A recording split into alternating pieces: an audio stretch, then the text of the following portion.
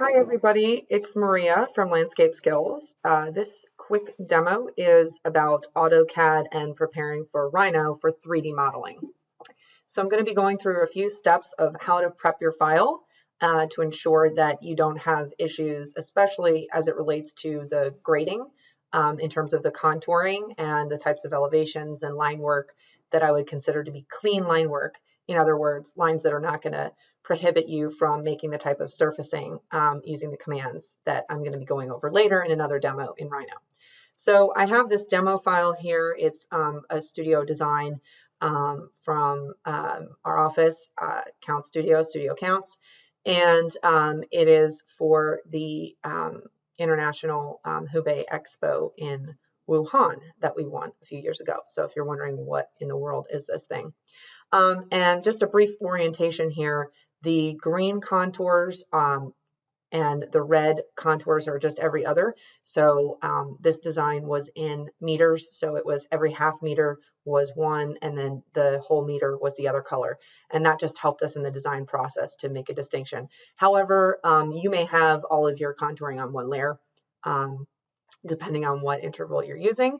In addition, we have the grading all laid out here. We do have a path graded in, so I am showing you a more complex CAD model than I would typically do for an intro, but that's only because we've covered those other intros in previous modules.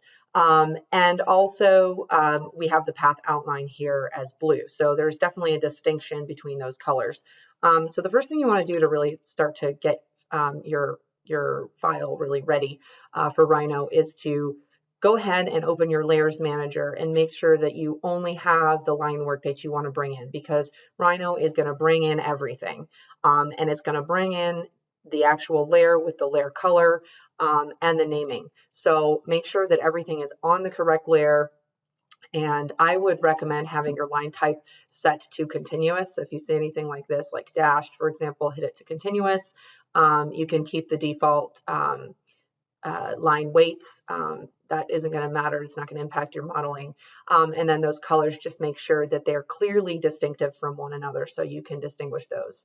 And so I would recommend having at least a layer for your contours, at least a layer for your path. And if you do have any text labeling, again, that's raster. So that's not going to be line work vector like the contouring or the path outlines, right? We're not using text to build. We're not going to build anything three-dimensional out of that, but it might be useful as a reference. So if you have labeled, then that should be on its own layer. So in order to just make sure that things are correctly on the right layer, if something isn't on the right layer, you can click on it, you can go up here and you can select what layer it should be on. And another tip is you can do match prop for match properties. You can select the layer that you want it to be on or have it match, and then you select which one it's on. And so if I wanted this green to be like this one, then I'll just make sure it's highlighted. Or if I wanted match prop, if I wanted it to be red, because it's going to be every other, then I can select it like that. So just match prop. The other thing is, in terms of the line work, that everything should be joined and closed. So as if it were an individual sheet or layer, because each of these is going to be at a different elevation. So you want to make sure you're definitely drawing in model space and plan, right? You want to make sure you're in top view and everything is joined and continuous and could be closed.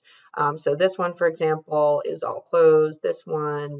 So you can see how each one of these is a different contour at a different elevation. For those that are not complete, I recommend using the extend command, so you can extend your line work to meet the edge. You can also use the trim command, so you can trim something to meet the edge.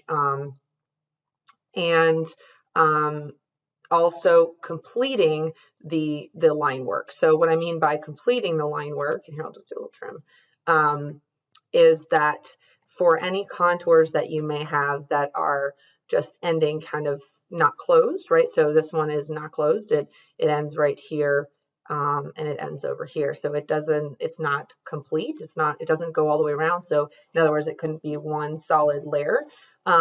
that is incomplete. So a Rhino is not going to know how to make that into a surface. It won't be able to make it a planar surface because it doesn't know where it should stop and start, or if it should even start making a surface upwards or downwards. So what I recommend doing is making a box that will serve as the extents of your project, and then completing the line work around that box in the correct direction.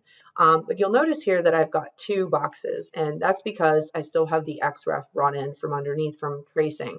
So Rhino can also not read xrefs. So if you go to xref enter, rather than unloading and reloading, you really need to detach it. So it's no longer a part of the file. So now I know that this outline is the one that I want to be clipping to, that I want to extend to, that I want to trim to, and I can also use again as my extents. So I'm just trimming all of these. So you see here, all those ones that are not complete are going to go to the edge. And so you can, again, you can use that extend tool, or you can do polyline and actually drag it to the end, or you can just grab the actual line work. I would pull it past the actual box itself just to make sure it definitely intersects, and then use your trim command to trim that out. So I'll just do this other one as well to get that going. So give you another example. And then, like I said, we're going to close the shapes so that they actually are complete. And so I just want to make sure I'm on the right layer. So I'll type in layer, and I will double click to be on the 0.5 contour here. And that way I'm on the green layer. So I'll do a polyline, and I have my O snaps on right down here, and I'm going to snap to where that point intersects with the extents of my project. Then I'm going to go down to the other extents at the bottom, then the bottom left, and I'm going to go, I actually don't know where this one goes. I think it's here. So let's just double check and make sure that that would actually be the right one. No, it's not. Uh-oh. Okay, so this one is what I need to have completed. Okay, so this line right here, let's make it go across the path, and we can actually just have it meet here. It's part of the existing conditions. So I don't actually need this whole piece. So we can get rid of this piece. That'll be for the one later. So I'm going to trim. Okay, so this, if I select these pieces right here, and then I type in join, then it's going to join that. So that's going to be at one level. Okay, and then this would be the next level as well as this one. So we'll close this one. I know I'm on the green layer, but I can select these pieces and just make sure that one is selected and say join, and that will have joined it. And because I selected the red first, it's now joined it on that red layer. And then this one I'm going to close here. So I'll just snap to those 2 points, and then I'll click join, and I'm going to do match prop and select a green, and then select green because it's every other, right? So now you can see that this is its own shape, this is its own shape, this is its own shape. So you would go through and do that for the entire one. So if you have open curves, then that's what you're going to need to do. So here again, we'll say join. Another quick way to get a number of line segments and arcs to actually get joined and closed, rather than selecting them individually and then typing in join, is you can do pedit M enter. So let me show you that in a moment. So we've got this one and this one. Okay, so that's a join. Okay, so let's see, this one is a single one. Okay, this has multiple segments. So what you'll do is you'll type in pedit M for multiple, enter, and then you select the multiple segments, and then you say enter or spacebar, and you can say join, and then enter, enter, enter. And that will join all of those segments. So rather than, selecting one at a time, it's just a faster way of editing your polylines. That's what you're doing. And then notice here, for those of you, if you're doing kind of an edge condition, such as a waterfront or something like that, that these right here that I'm working on are the actual edge. They're the waterfront. So everything, let's say above on this drawing, above the line that I have selected, is actually just going down to the water. And so there are contours there that just need to be closed, and they're just going to basically create a boundary here that we're doing, and that is going to make an edge that is going to go down gradually down to the water. So I'm just finishing these up right here. So I'll join that, or pedit. There we go. And then we just have one more. So I'm going to do polyline. Now you'll notice that these lines are all on top of each other. So in plan, it doesn't look like there are multiple lines there. That's good. That means it's accurate, that they're exactly on top of each other. That's why we have the O snaps on. However, when we go into Rhino and model them, they're going to become stacked, right? And so it will actually become, as an extrusion, it'll look like walls. And that's okay, because that's exactly what we're doing. We are actually clipping where we're designing to. That's what the extents of this site design are. It doesn't mean that there isn't more information beyond somewhere else in the world, or that if we were to continue that we wouldn't have anything else there. It just means we're only clipping to this box. And then finally, you want to make sure you do have one outline that is the actual extent. So I'm just going to go ahead and draw one that's green, because that is going to be the lowest level. So you want to remember that you do need something at the lowest level, because when we go to model this, this will be the lowest level, and this comes up. It has to come up from somewhere, so we need a low one. And then we have this one here. So I just forgot that one. So I got to do this. So PL around. Okay. That is really how you want to be cleaning up your line work and preparing it for Rhino. Again, we removed the xref, we detached it, we joined all of the curves, the polylines and arcs. We put the contours on their own layers. We have an outline for the paths, and then we did polyline editing, and anything else we've removed. Now keep in mind that you can't delete a layer in AutoCAD unless the information on it is gone as well. So if you do have extra layers in here, then you want to go back out, make sure they're turned on, go back out, delete everything on them, and then come back and then delete that layer. And then let's see what else. This one isn't joined. So you just want to go through your whole file and just make sure it's really ready to go.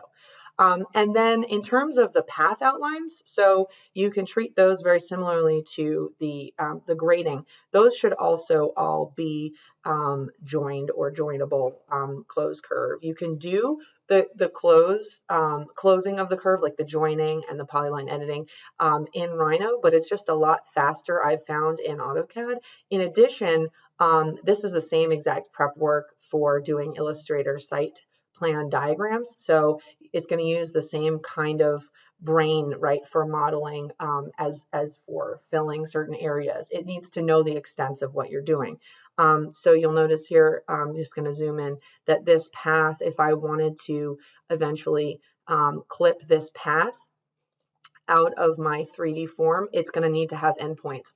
And if I wanted to have that path within my design separate from this road, then it would need to have line work that's separate from that road. So I will go ahead here and I'm going to add a polyline that goes right down here, so that I could have that as a separate shape, so it could be clipped out.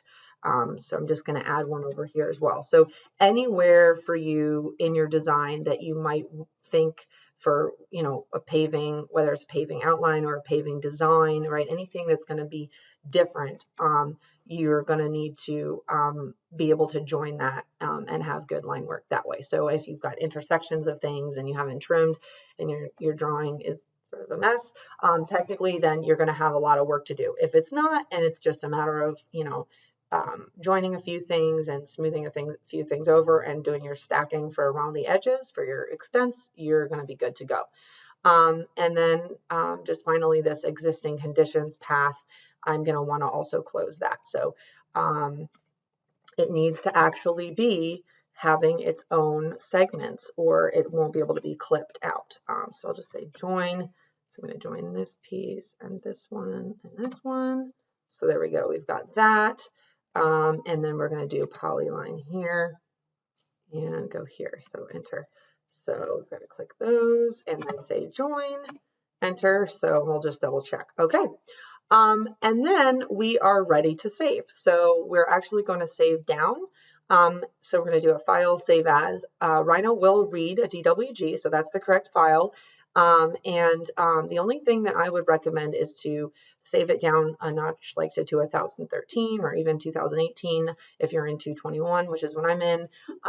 If you're going to be opening it in Rhino, just because Rhino is not an Autodesk product, so sometimes there's updates and kinks. So just save it down.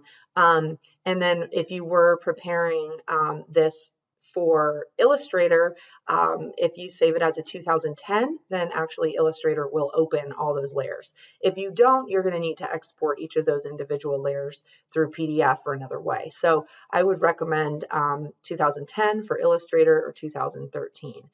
If it's too advanced for Illustrator, the file does not come in with separate layers. They'll just put everything on one layer, and it takes, it could take up, hours to sort all the line work out. So I'm going to call this demo file 2013 for Rhino. Okay, and that is it. So happy AutoCAD prepping.